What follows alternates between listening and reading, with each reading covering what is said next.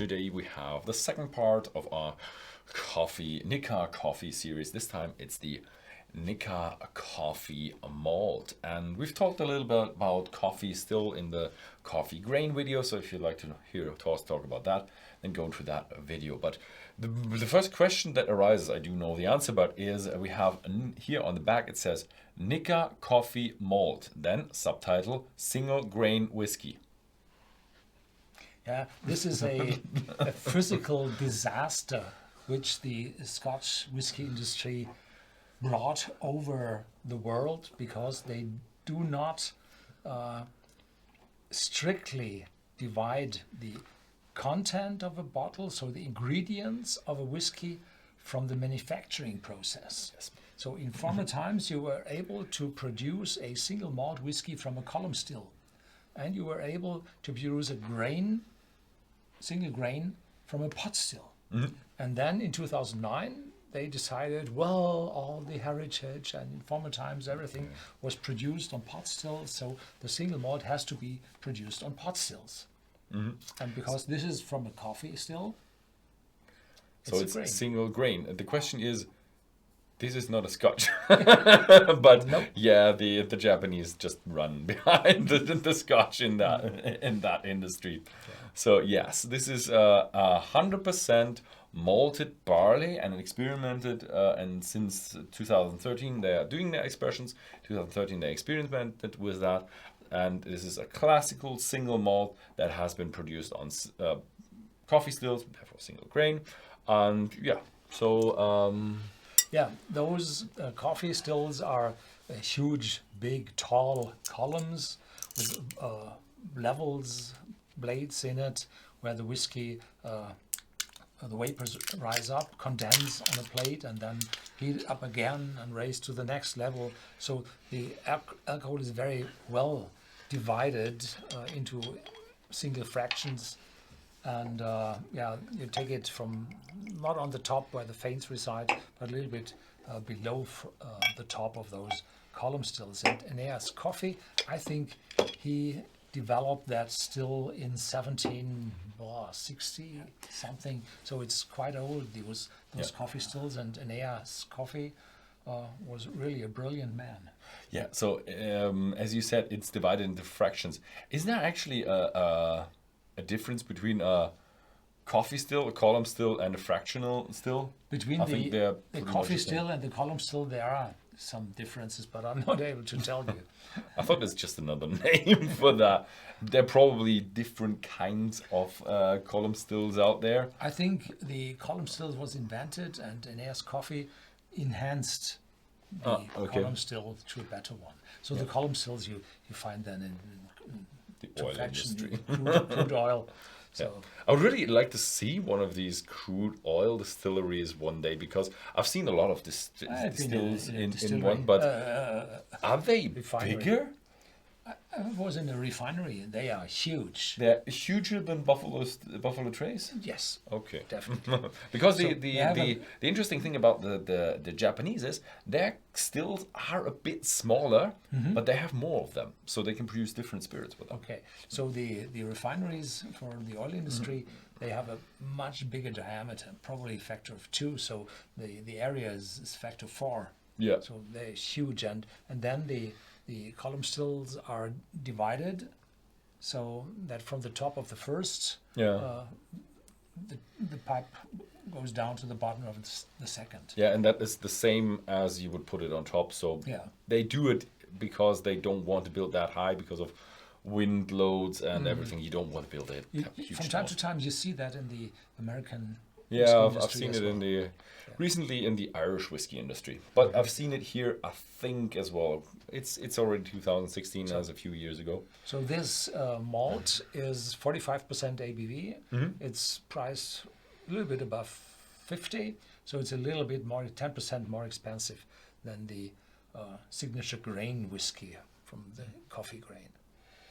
I do think it's lighter and has a bit more of a citrus character on that, and it doesn't feel as sweet as the other one, and strangely enough also a bit rounder. So this is my...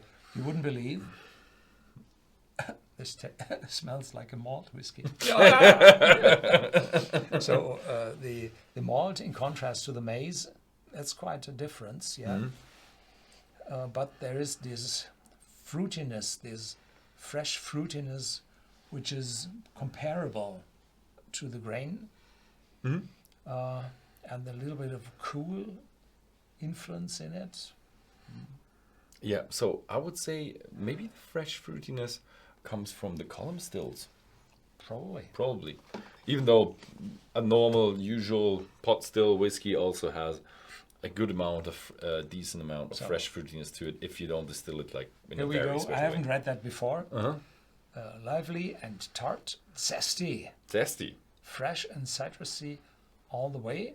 Now An that you ode say to it. lemon, which the sweet Williams pear barley managed to temper. So we're here in Germany. There is a distillate from the juice of pears, of the Williams pears, and that's completely different to this one. Yeah. So we call it Willy. Willy. Willies are always sharp. This one Yeah. is completely the opposite and is round. Pear barley manages to temper. Fine pepper notes, not in the smell. No. And a hint of balsamic vinegar blend together with softer vanilla scents finding their way in. Café au lait. Café au lait.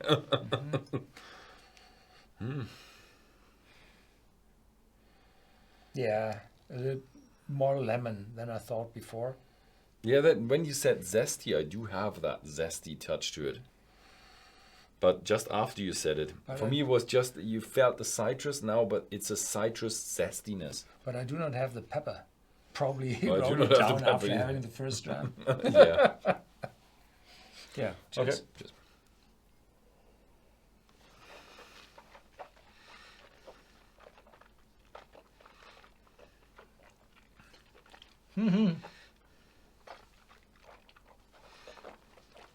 Here we are, green pepper on the palate.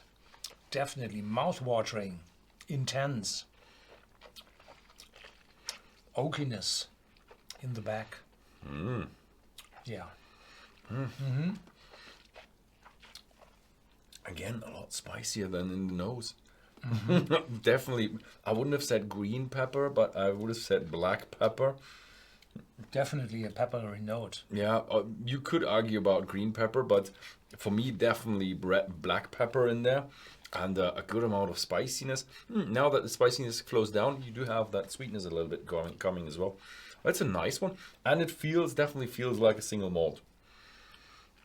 Still a bit strange for a single malt. Palate, like the nose, its vivacity is sustained by citrus aromatics, clementine, orange, which challenge more enticing notes of coffee, praline, baba au rum. What's that?